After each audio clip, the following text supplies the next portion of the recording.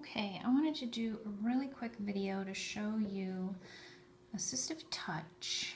So I went into Settings, General, and then I'll go to Accessibility, and then Assistive Touch.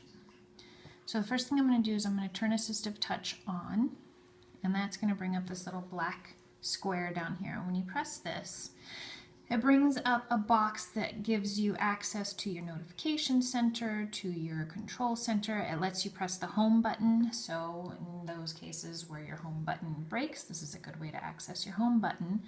But the thing I want to talk about is the gestures, because this allows you to do 2, 3, 4, or 5 finger taps or swipes, no matter how many fingers are on the iPad. So if you do 2, no matter how many fingers I use, 1 or 2, I'm actually using, the iPad is seeing me as using 2 fingers. And so that can work if you need to do a double finger tap, but you don't have the motor control to do 2 fingers to do the tap. You could do 1, you could do 5, and it'll give you a double finger tap.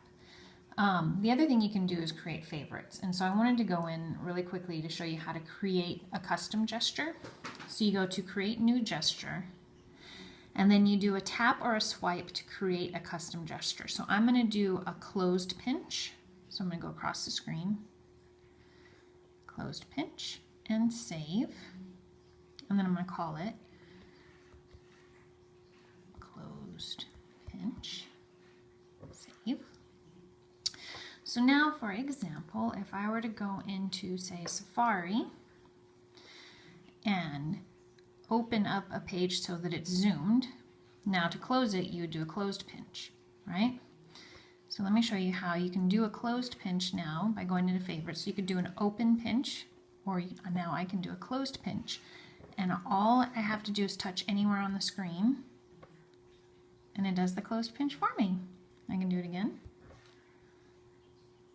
Isn't that neat? So you can set up any gestures you want. Just making everything really small. You can set up any gestures you want depending on the app you're using. So if you're playing with an app with your child that requires them to do something special with their fingers that they can't do themselves, you could put in a custom gesture using Assistive Touch, and then they could do the tap, the swipe, whatever it is they need to do by just touching the screen.